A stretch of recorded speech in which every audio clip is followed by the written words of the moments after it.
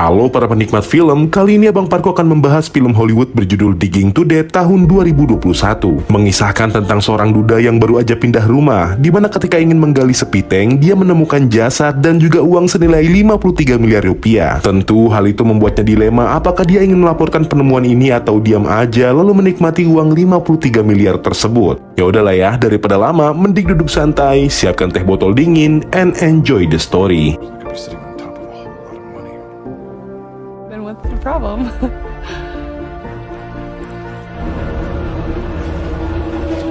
Kisah akan berfokus kepada seorang duda yang baru pindah rumah bernama David Van Owen. Hal itu ia lakukan gak lama setelah bercerai dengan mantan istrinya. Hari ini David meminta bantuan anaknya yaitu Jessica untuk membersihkan dan merapikan rumah barunya. Di sini sebenarnya Jessica juga khawatir terhadap kondisi sang ayah setelah berpisah dengan sang ibu. Kemudian David pun mengajak Jessica melihat-lihat seisi rumah sampai ia menemukan sebuah pintu kecil yang terkunci. David menduga bahwa pintu itu mengarah ke basement rumahnya. Namun yang mencuri perhatiannya ada uang $100 di bawah pintu tersebut. Ia pun mengambilnya untuk mentraktir Jessica buat pesan GoFood. Setelahnya, ayah dan anak itu pun makan malam bersama sambil bertukar cerita. Karena Jessica sudah tinggal di rumah sendiri, dia pun cerita kabar terbarunya yang udah punya pacar. Jessica berjanji akan mengenalkan pacarnya yang bernama Zack kepada ayahnya. Tapi karena saat ini keduanya sedang sibuk, maka Jessica pun masih mencari waktu yang cocok. Dan karena anak perempuannya udah punya pacar, David pun mengingatkan Jessica untuk tetap berhati-hati. Lalu David pun menanyakan kesehatan Jessica yang terkena emboli, yaitu penyakit penyumbatan pembuluh darah akibat benda asing. Gara-gara penyakit itu, Jessica harus rutin berobat tiap bulan. Jessica pun mengeluh karena asuransi kesehatannya mulai habis bulan depan, sehingga dia harus mencari biaya tambahan supaya bisa terus berobat. Namun David berusaha menenangkan Jessica karena dia baru aja mendapat promosi di kantornya. Sebentar lagi, David akan diangkat menjadi manajer. Tapi sebelum itu, dia harus menyelesaikan beberapa pekerjaan yang membuatnya sangat sibuk. Jessica pun jadi sangat khawatir, tapi David meyakinkan putrinya bahwa jerih payahnya akan dibayar setimpal. Jabatan manajer nanti akan membuat gajinya berlipat ganda, sehingga David akan bertanggung jawab atas biaya pengobatan Jessica. Well, my insurance is that I'm not going to be able to afford them. I might be up for a promotion. I'm still trying to work around a couple of things, but could be getting my own project. Tricky programming. Setelah makan malam selesai, Jessica pun pulang ke rumah. Ia pamitan pada ayahnya dan begitu pulang, Jessica memberi kabar pada Zack lalu mengingatkannya untuk berkenalan dengan ayahnya nanti. Karena sebenarnya Jessica punya firasat aneh mengenai ayahnya. Namun Jessica berusaha menepis dan berpikir kalau ayahnya cuma terlalu sibuk bekerja untuk menjadi manajer. He's just been acting weird. He was talking about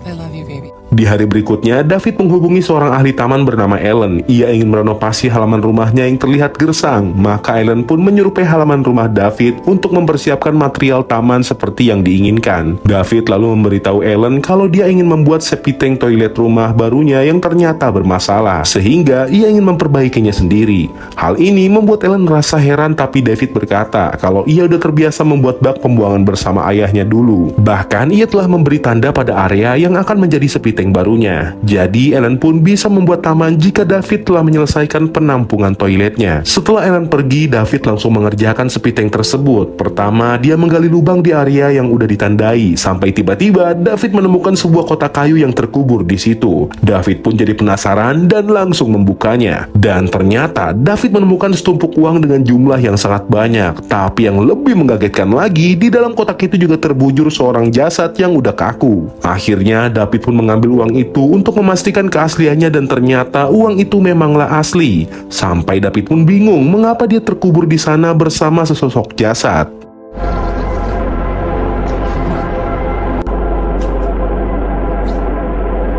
Malamnya David terbangun karena mendengar seorang mengetuk pintu rumahnya hingga David pun ketakutan.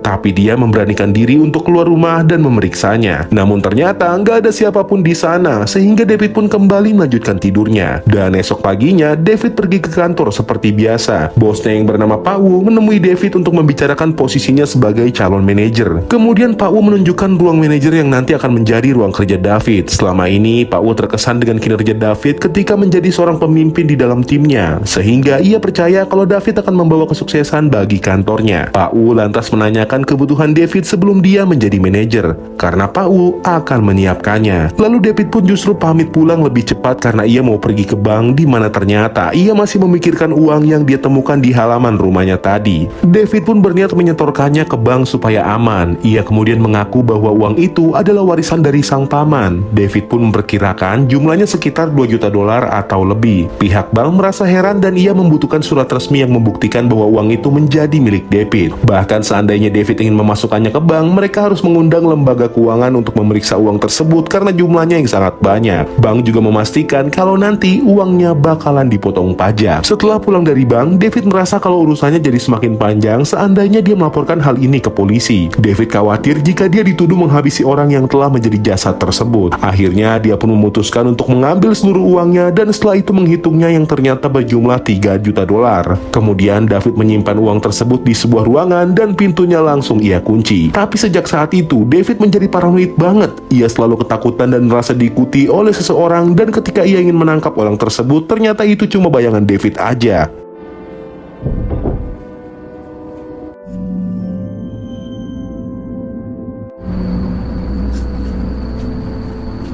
Hal itu pun membuat David curiga kalau mayat yang dia temukan adalah orang yang masih hidup. Ia pun kembali membongkar kotak kayu di halaman rumahnya hanya untuk memastikan bahwa sosok itu benar-benar jasad. Lama-kelamaan, hal ini membuat David stres dan kurang tidur. Ia pun terlihat kurang sehat, di mana kondisi ini membuat Pak Wu cemas. Ia takut kalau anak buahnya itu merasa tertekan akibat target pekerjaan. Namun David meyakinkan bosnya bahwa dia akan baik-baik saja. Akhirnya Pak Wu memberitahu kalau David harus bisa menyelesaikan pekerjaannya 2 hari lebih cepat. Dan jika ia berhasil melakukannya, maka David otomatis langsung jadi manajer. Kabar ini pun membuat David merasa bersemangat dan langsung menyanggupinya karena ia memang mengincar posisi manajer itu. What's up? Bad news first. I need your... That's the good news. If you pull it off...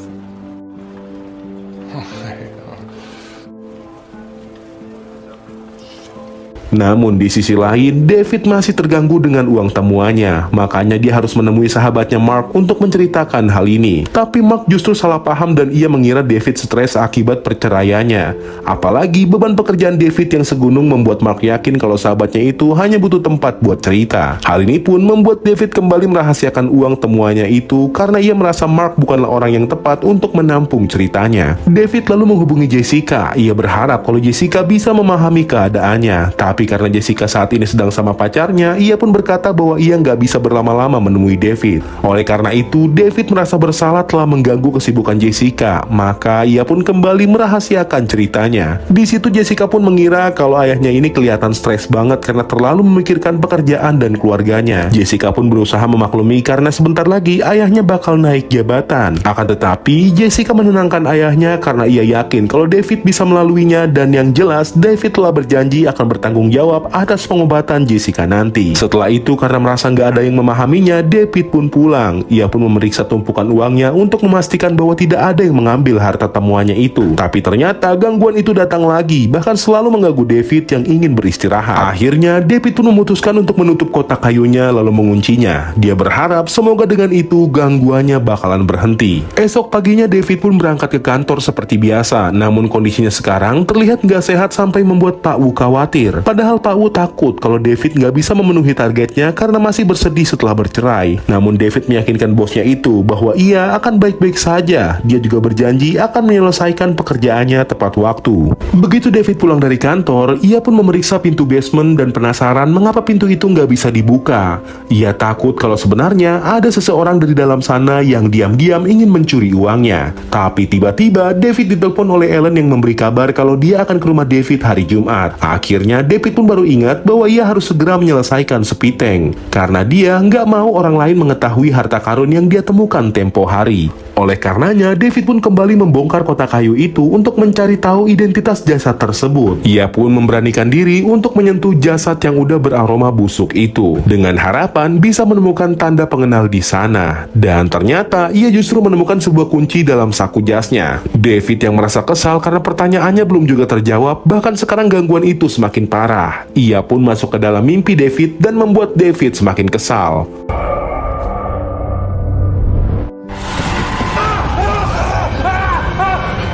Keesokan paginya David izin gak masuk kantor. Ia berbohong bahwa dirinya masuk angin sehingga akan bekerja dari rumah. Untungnya kantor memberikan izin, padahal David sebenarnya ingin menangani gangguan yang selalu mendatanginya. Setelah itu, dia pergi membeli beberapa peralatan yang akan menjadi sistem keamanan di rumahnya. David memasang alarm di sekeliling rumah yang bisa berbunyi jika ada orang asing masuk ke sana. Ia juga memasang CCTV untuk memantau lingkungan rumahnya. Jadi kini David merasa aman karena bisa mengantisipasi gangguan yang mungkin datang dari orang lain. Kemudian David kembali berusaha membuka basement rumahnya. Ia menggunakan kunci yang baru aja ia temukan kemarin. Tanpa disangka, David berhasil membukanya lalu memeriksa ke dalam area-area yang gelap di sana. Dan ternyata basement itu juga menyimpan beberapa manusia yang udah meninggal terbungkus plastik.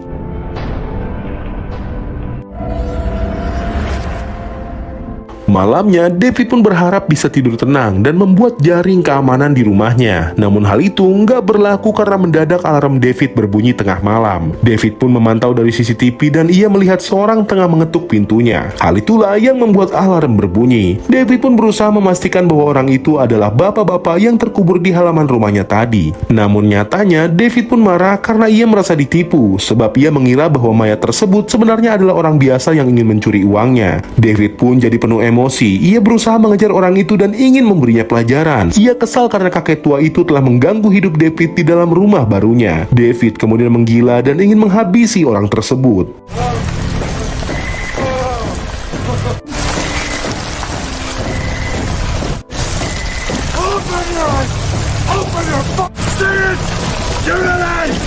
Di hari berikutnya, David bangun kesiangan. Ia terkejut karena tertidur dalam kotak kayu bersama bapak-bapak itu. Ia pun segera bersiap harus segera ke kantor karena sudah sangat terlambat. Tapi ketika ia ingin berangkat, David malah melihat jasad itu bangun untuk mengganggunya. Akhirnya, David semakin marah sehingga dia mengejar jasad tersebut. Bahkan meskipun dia menyaksikan jasadnya kembali terbujur kaku, David masih ingin menghabisinya sekali lagi.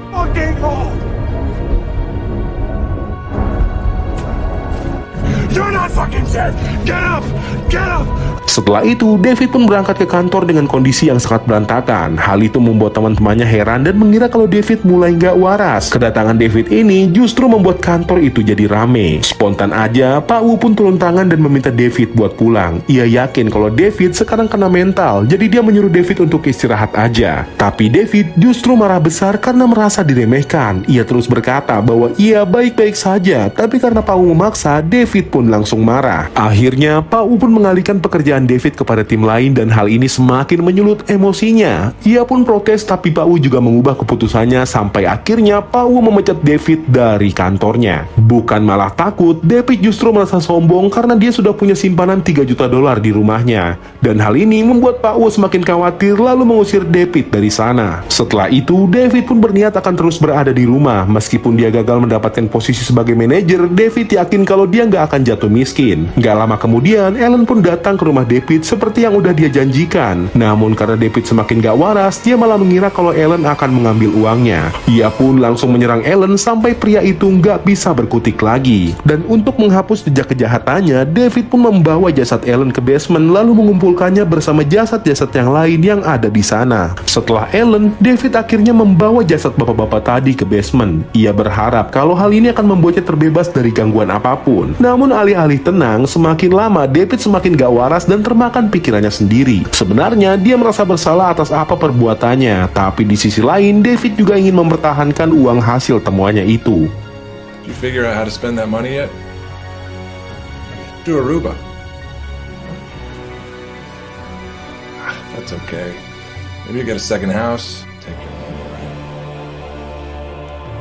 Setelah semua yang ia lakukan selama ini, ternyata teror jasad kakek itu belum juga berhenti. Ia masih mengganggu David sehingga David semakin kesal. Di lain tempat, Mark merasa cemas dengan kondisi sahabatnya. Minggu lalu, ia udah janji dengan David untuk bertemu dan bercerita tentang pekerjaan. Tapi sejak tadi, David nggak bisa dihubungi. Akhirnya, Mark pergi ke rumah David untuk memastikan sahabatnya baik-baik aja. Tapi David justru seperti orang kesurupan. Dia langsung menyerang Mark karena takut Mark akan mencuri uangnya. Mark pun jadi ketakutan, namun David nggak punya belas kasihan hingga ia malah menghabisi sahabatnya sendiri. Lama-lama, David semakin sinting. Ia membawa uangnya kemana-mana karena khawatir ada orang lain yang mengambilnya. Bahkan, ia menganggap tumpukan uang itu sebagai manusia yang bisa diajak bicara. Gak lama kemudian, Zack pacarnya Jessica pun datang. Sebelumnya Jessica udah bilang kalau David ada di rumah. Mereka pun akan bertemu di akhir pekan ini. Karena Jessica masih di kantor, maka Zack datang lebih dulu. Tapi ternyata David mengira Zack berbohong. Ia lagi-lagi khawatir jika orang akan mengambil uangnya dan ia pun langsung menyerang Jack. Sama seperti sebelumnya, David pun memperlakukan Jack seperti yang lain. Padahal saat itu Jack belum meninggal. Gak lama kemudian, Jessica datang dan langsung menanyakan keberadaan Jack karena ia yakin kalau pacarnya udah datang duluan. Namun David justru berkata kalau Jack adalah orang yang gak sopan. Makanya David mengusirnya. Hal itu pun membuat Jessica heran karena Jack yang dia kenal bukanlah orang seperti itu. Akhirnya, David mengajak Jessica ke basement untuk bertemu dengan Jack. Jessica sebenarnya merasa ketakutan, tapi dia juga ingin tahu kondisi pacarnya. Dan dia pun kaget setengah mati ketika menemukan tumpukan jasad di sana. Belum sempat Jessica berkata-kata, David tiba-tiba menyerang anaknya sendiri. What is this?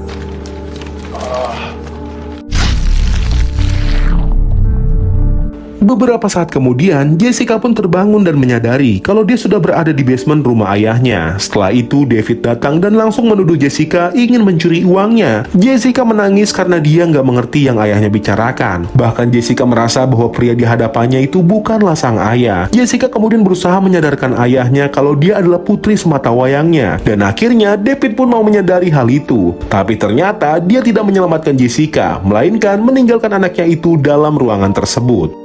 Wait. Dad, please! Nyatanya, David sudah punya rencana lain. Dia merasa menyesal atas semua kejahatan yang pernah dia lakukan. Ia pun ingin membakar uang itu, tapi ketika David melihat tumpukan uang $3 juta ini, ia malah membatalkan niatnya dan memilih menyimpan uang itu bersamanya. David ingin menjaga uang itu dalam kotak kayu, sama persis seperti saat pertama kali dia menemukan harta karun tersebut. Dan begitulah film ini berakhir.